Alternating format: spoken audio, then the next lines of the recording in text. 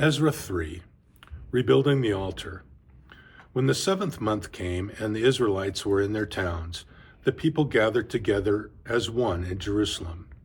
Then Jeshua, Josedak's son, along with his fellow priests, and Jerubbaal, Shealtiel's son, along with his kin, started to rebuild the altar of Israel's God, so that they might offer entirely burnt offerings upon it as prescribed in the instruction from Moses, the man of God. They set up the altar on its foundations because they were afraid of the neighboring peoples, and they offered entirely burnt offerings upon it to the Lord, both the morning and the evening offerings. They celebrated the festival of booths as prescribed. Every day they presented the number of entirely burnt offerings required by ordinance for that day.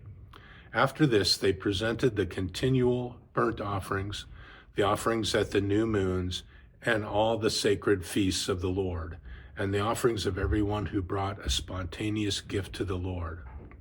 From the first day of the 7th month, they began to present entirely burnt offerings to the Lord.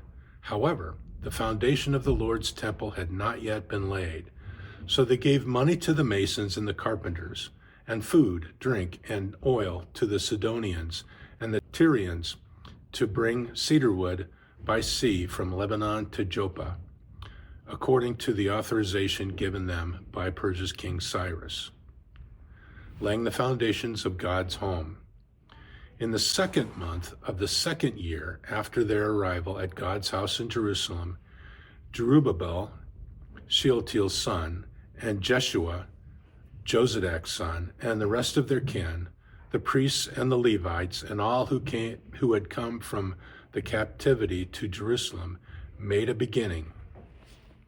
They appointed Levites 20 years old and above to oversee the work on the Lord's house.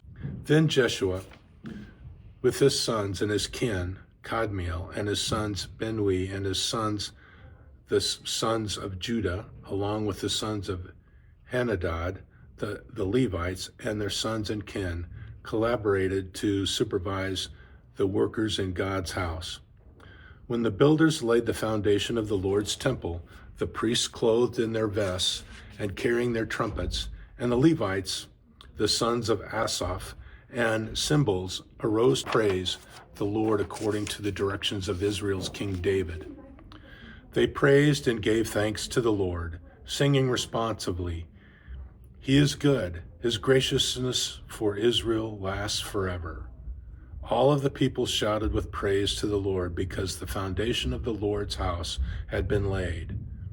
But many of the older priests and Levites and the heads of families who had seen the first house wept aloud when they saw the foundation of this house, although many others shouted loudly with joy.